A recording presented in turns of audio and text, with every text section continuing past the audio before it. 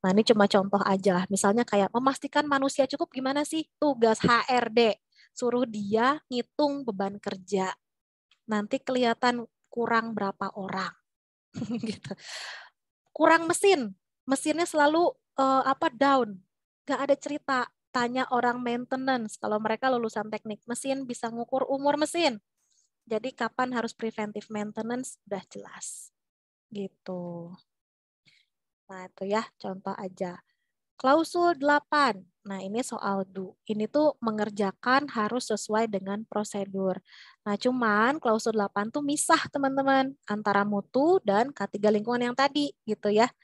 Nah, jadi misalnya ini apa tuh untuk klausul ini saya mengaitkannya dengan langsung ke contoh kasus ya.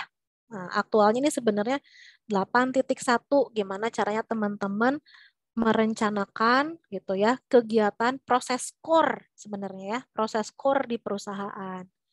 Nah, 8.2 bagaimana memastikan perusahaan itu bisa berkomunikasi dengan baik dengan pelanggan. 8.3 itu soal desain. 8.4 soal kita beli-beli dari luar gitu ya. 8.5 soal mengerjakan produksi sesuai dengan aturan main. Dan 86 ini soal kalau ada reject, kalau ada defect, kalau nganter tidak sesuai waktu, maka harus diapakan gitu. Jadi ISO itu teman-teman tidak haram kalau teman-teman tuh bikin dosa di sini. Yang terpenting diperbaiki gitu ya. Teman-teman nggak akan bisa memperbaiki kalau tidak diakui. Makanya di sini tuh yang pertama kali harus identifikasi dulu hasil yang tidak sesuai itu yang kayak gimana. Akui aja berapa banyak rejectnya, berapa banyak NG-nya gitu. Jangan nutup-nutupin sesuatu pada auditor ya. Nah, ini contoh kasusnya aja. Ini kasus yang gagal menerapkan klausul tersebut ya. Nah, misalnya di sini teman-teman. Burger, pesanan, gak sama gambar. Ini pelanggan gak lebay. Pelanggan boleh gugat restoran ya. Ini ada di mana? Klausul 82. Emang ISO minta teman-teman tuh kalau nawarin sesuatu tuh yang real gitu. Jadi ini emang salah restorannya gitu ya. Nah, terus misalnya ini yang recall tadi ya. Wah, kalau recall ini sistemik, teman-teman. Bisa salah di pas desain 83, bisa salah di pas bikin 85 gitu ya. Tapi setidaknya dengan dia melakukan recall nih, recall itu kan 86 tadi ya. Dia melakukan tanggung jawabnya gitu, teman-teman. Jadi ada hal positifnya juga dengan recall, ngerjain 86 gitu. Ya, jadi mungkin temuan di 81, temuan 83, temuan 85, tapi bagus di 86. Nah, ini under design. Ya, under design. Ini soal desain ada di 8.3 gitu ya. Ini real teman-teman di Indonesia gitu kan. Under design tuh ya ini ya. Dari mulai perencanaannya gak jelas ya teman-teman ya. Jadi gak usah nyalahin dulu kontraktor. Bisa aja dari desainnya emang gak benar. Vaksin gitu ya. Nah, saya nggak menutup kemungkinan bisa saja karena kita dikejar waktu. Bisa saja ada proses desain yang nggak benar. Makanya kemarin sempat di Indonesia juga ada gonjang-ganjing salah satu brand vaksin ya, yang akhirnya ditahan dulu, tidak bisa dijual dulu karena ditahan sama BPOM, nggak boleh edar sampai dibenerin dulu metodologinya karena memastikan jangan sampai ada korban di masyarakat. Gitu. Itu 8.3 gitu. Ini misalnya soal kontraktor yang punya janji tertentu ya. Apa tuh namanya? Tolong pilih saja di kontraktor nanti Anda dapat 10% dari nilai proyek. Nah, itu ya, masuk ada janji-janji begitu. Nah, ini tidak sesuai dengan 8.4 gitu, teman-teman. Di ISO 9001 ya tuh, oknum-oknum supplier. Gitu. Jadi boleh aja teman-teman ya kalau misalnya mau kerjasama dengan saudara kenalan, yang penting kualitasnya bagus gitu aja. Nah, lalu berikutnya kayak gini, misalnya komplain. Teman-teman perusahaan dalam ISO 9001 harus memberikan layanan ya untuk komplain. Nah, ada di klausul 82. Nah, tapi tidak hanya cukup dengan oke layanannya ada, tapi harus sampai resolve komplain customer itu harus sampai selesai. auditor itu akan nanya, ada berapa banyak komplain yang masuk, mana saja. Teman-teman harus buka datanya. Coba saya akan telusur secara random komplain nomor kode sekian. Udah ada jawaban dari kalian atau belum? Kemudian komplain dianggap close teman-teman ya oleh auditor kalau sudah ada jawaban dari customer bahwa komplainnya menurut dia udah selesai. Gitu. Makanya selalu setiap perusahaan harus mintakan ke customer apakah menurut Anda sudah tidak ada lagi yang ingin ditanyakan, tidak ada lagi yang ingin dikomplainkan. Nah, makanya kan kalau kita nelpon kadang-kadang percakapan ini direkam. Nah, itu nanti keperluannya kalau audit bisa dibuka gitu, teman-teman. Nah, harus ada statement itu, gitu ya. Jadi nggak ada tuh menggantungkan harapan ya.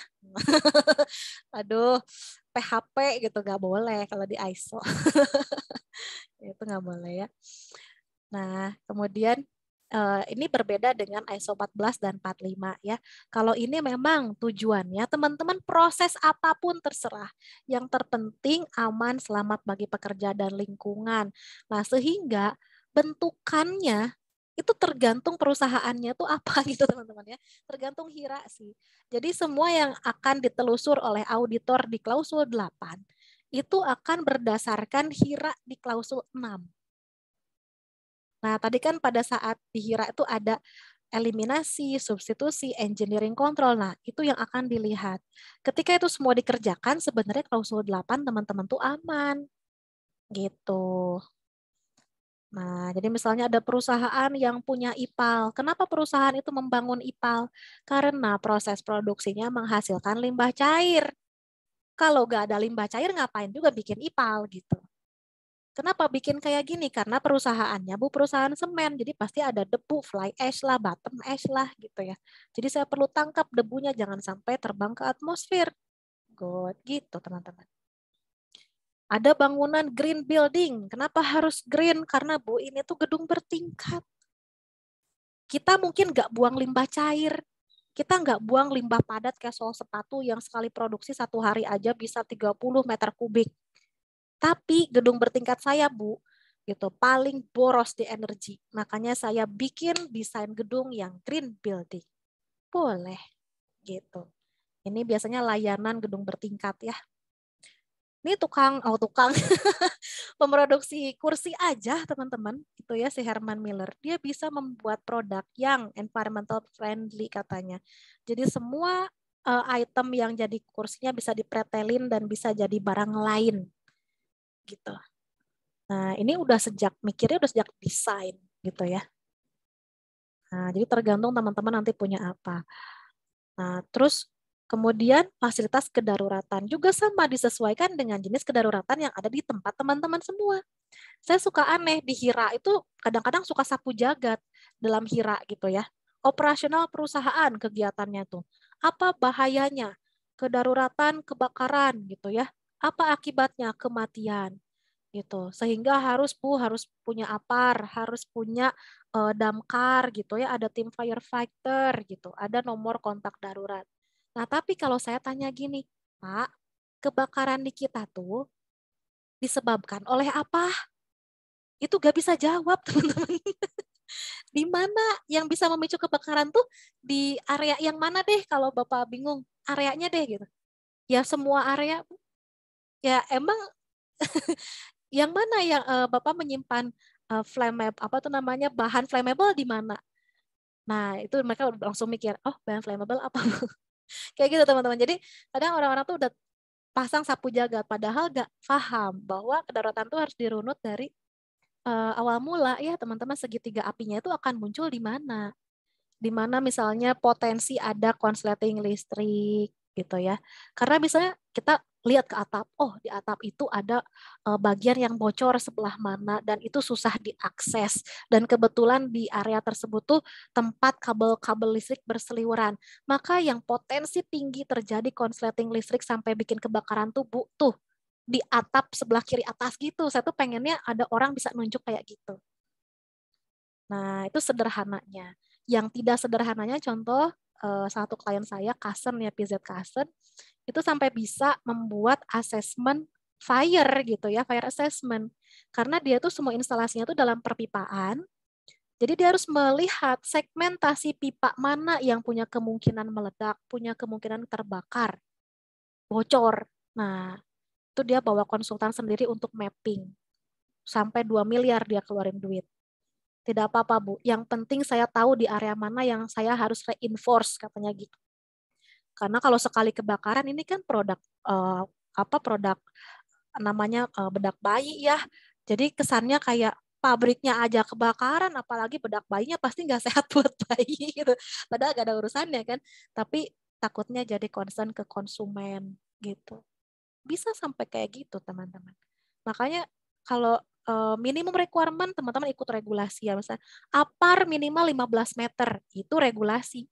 Tapi kalau teman-teman merasa bahwa api teman-teman tuh bisa mendadak besar, maka APAR 15 meter satu itu gak cukup. Teman-teman harus bikin hidran, teman-teman harus bikin APAB ya si apa kan dan seterusnya. Jadi lihatlah risikonya gitu. Itu yang mau saya sampaikan. Nah, ya jadi kedaruratan tuh sampai drill teman-teman ya. Saya tuh sedih banget sempat ngajar di salah satu lab klinik terbaik di Indonesia. Dia ada di lantai 10 gedung bertingkat. Dia punya stretcher, dia punya tim P3K udah bagus banget. Terus pas saya bilang, "Yuk drill." Apa yang terjadi? Itu stretcher tanduknya nggak bisa lewat ke tangga darurat karena nyangkut. Tangga daruratnya kecil, stretchernya gede. Terus saya bilang, terus gimana ini kalau ada korban perlu digotong? Tahu deh Bu, mikirin lagi. Nah ada yang kayak gitu teman-teman. Jadi bisa aja penyediaan fasilitas bagus, tapi pada saat dicobakan nggak bisa kepakai. Nah itu harus dipikirin juga sama teman-teman. Itu bisa jadi temuan audit juga. Ya. Dan terakhir klausul 910 ini soal pengukuran-pengukuran ya. Ingat kalau ngukur sesuatu maka tentukan siapa yang ngukur ya. ISO itu boleh, mau diukur internal, mau diukur eksternal boleh. Yang terpenting validasi ini jelas ya gitu. Lalu kalau di 9 titik ISO 45001 ya, ini ada investigasi insiden ya 93 gitu.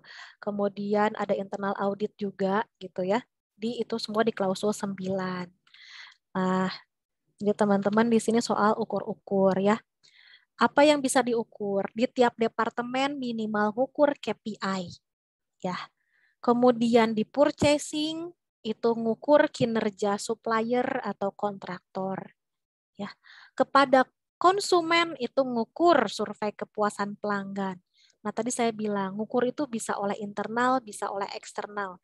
Biasanya yang kita kasih ke orang eksternal buat ngukur adalah customer satisfaction survey. Karena mungkin perusahaan belum tentu punya banyak waktu untuk mensurvei pelanggannya.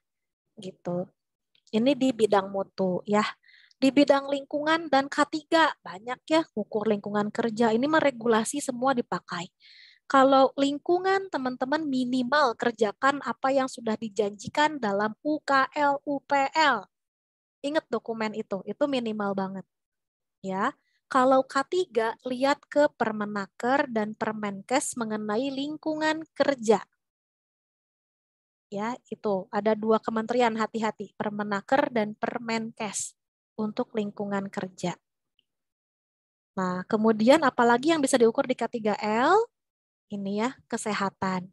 Saya titip pengukuran medical check up bukan surat keterangan sehat dari puskesmas atau klinik, tapi fit to work. Ya, cari provider yang bisa sampai keluar fit to work.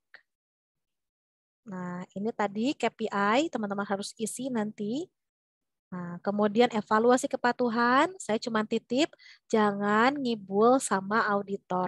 Kalau memang belum terpenuhi, jujur aja belum. Selama teman-teman punya rencana program pemenuhan, misalnya minimal, Bu udah ada SPK untuk membangunnya, udah pilih-pilih vendor untuk pengadaannya, itu insya Allah sertifikat tetap dapat. Tapi jangan ngibul, gitu. Ya, nanti auditor akan ngeceknya di surveillance.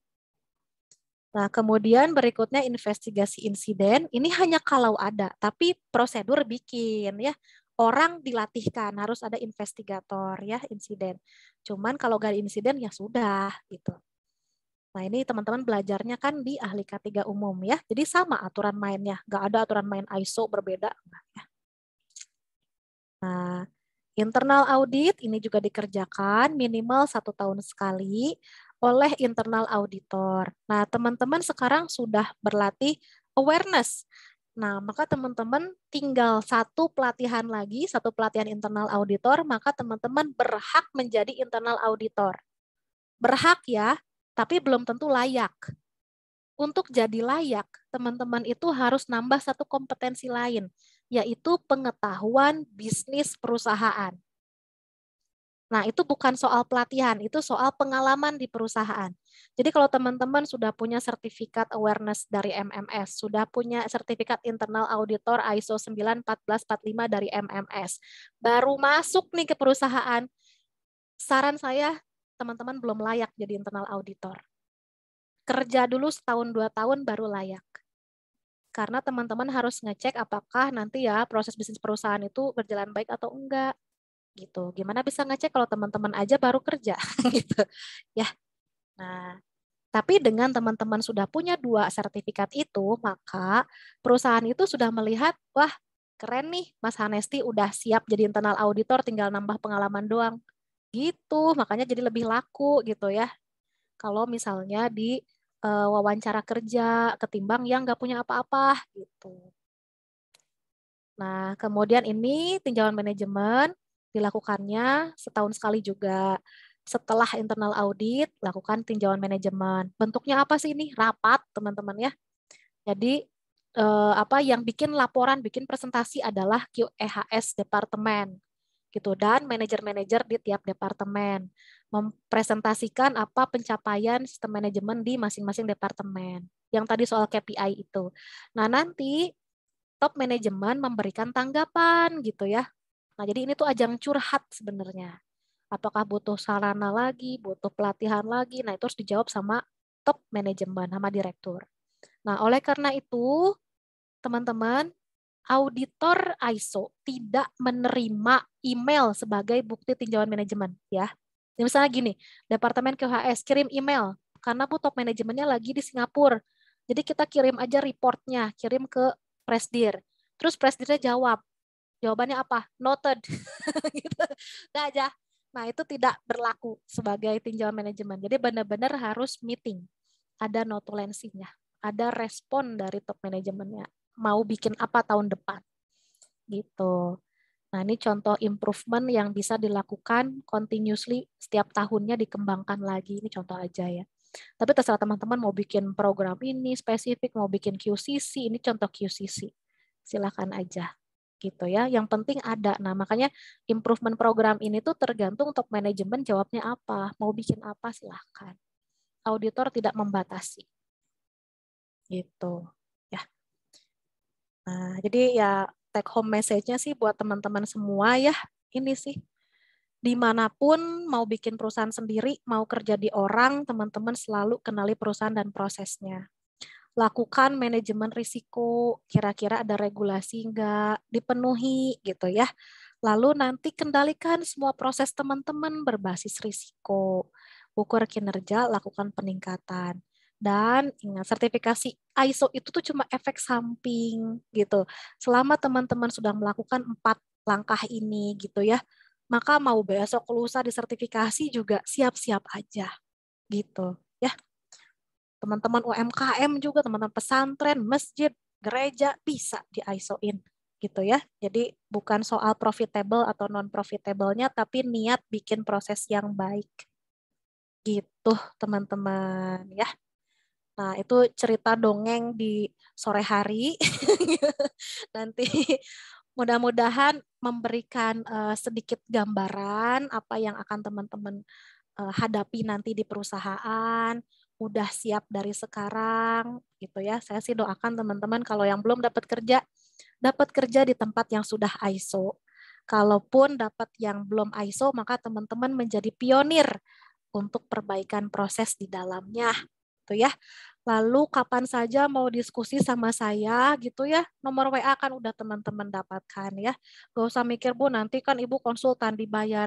Saya nggak lagi jadi halodoc ya. Santai aja gitu. Mas Alpin aja tadi ya udah dapat hadiah kan ya Mas Alpi ya. Iya Bu, makasih Bu. Oke gitu ya. Jadi semoga sukses selalu teman-teman, sehat selalu. Jangan lupa ya jaga kesehatannya. Salam untuk keluarga semua. Karena udah jam 4 lewat, saya gak buka sesi pertanyaan. Kalau ada yang mau nanya, japri aja by WA ya. Atau DM IG boleh ya. Gitu, silahkan. Jadi takutnya ada yang buru-buru mau malam mingguan. Wajah-wajah Mas Panji nih. Nah, jadi eh, akhir kata, mohon maaf kalau ada kekurangan ya. Nah, mudah-mudahan bisa silaturahmi kembali, teman-teman. Oke, saya berikan kepada Mas Iqbal kembali ya. Nih, Mas Iqbal jangan mau malam mingguan nih. Oke, terima kasih banyak Bu Siska atas ilmunya dari pagi ya bersama rekan-rekan dan kita semua yang ada di Zoom meeting sampai sore hari ini. Semoga segala yang disampaikan itu menjadi berkah bagi kita semuanya. Rekan-rekan bisa nanti dimanfaatkan ketika berada di dunia kerja. Dan untuk Ibu Siska, semoga ilmu yang disampaikan itu bisa menjadi berkah juga untuk Ibu dan keluarga.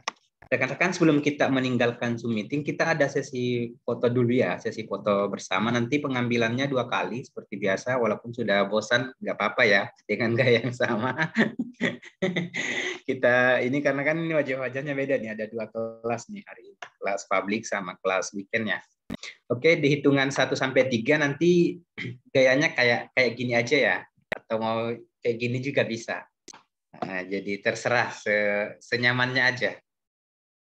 Oke, 1, 2, 3.